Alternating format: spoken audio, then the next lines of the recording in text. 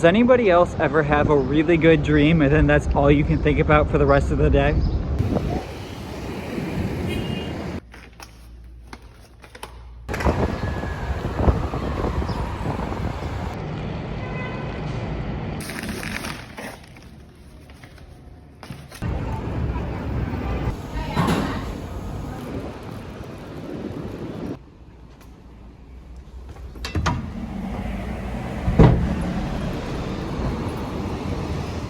I'm gonna keep it real with you. I have no idea what happened in that last delivery.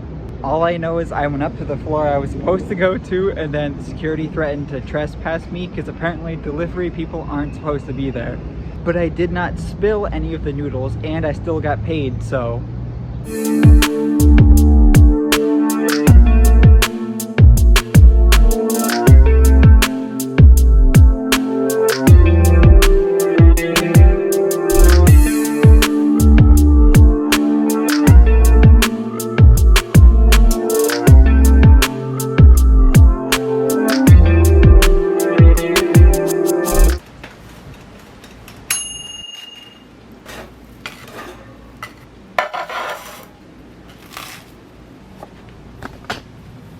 The plan for tonight was going to be to keep working, but it decided to rain, so let's go over something.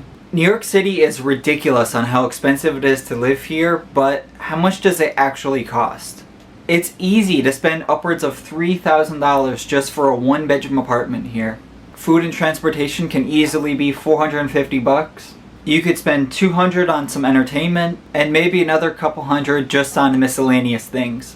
If we were to total that together, we would get a whopping $3,850 just for 1 month of living here. But there's two sides of living here. There's surviving and there's also thriving. I would count this total as thriving, but let's go over what it would be to survive here. Rent, you can get it down to about $1,000 if you have a roommate or live somewhere like I do. Your food costs could be as low as $150 if you decide to cook more or bargain shop. I'm a very avid cyclist and I love to walk places, so I just put $20 down for the occasional subway ride. Entertainment can be very expensive, but it can also be very cheap if you decide when to do it and how to do it on a better level. Miscellaneous things can again be maybe $50 or so. It's just going to be a lot cheaper on a smaller level like this.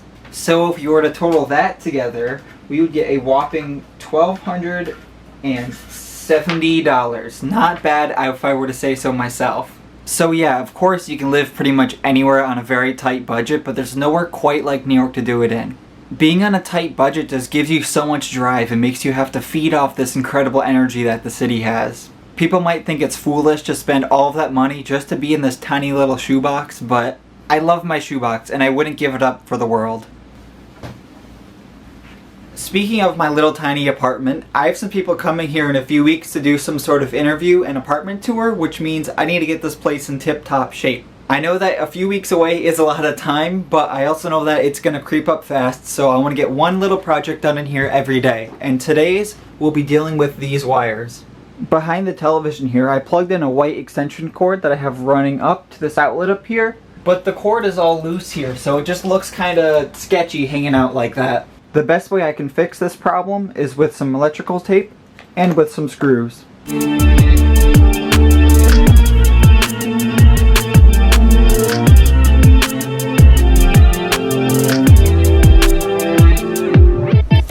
For today's project, I am calling it a success. Also, a quick side note, don't buy these headphone to lightning adapters. They're garbage.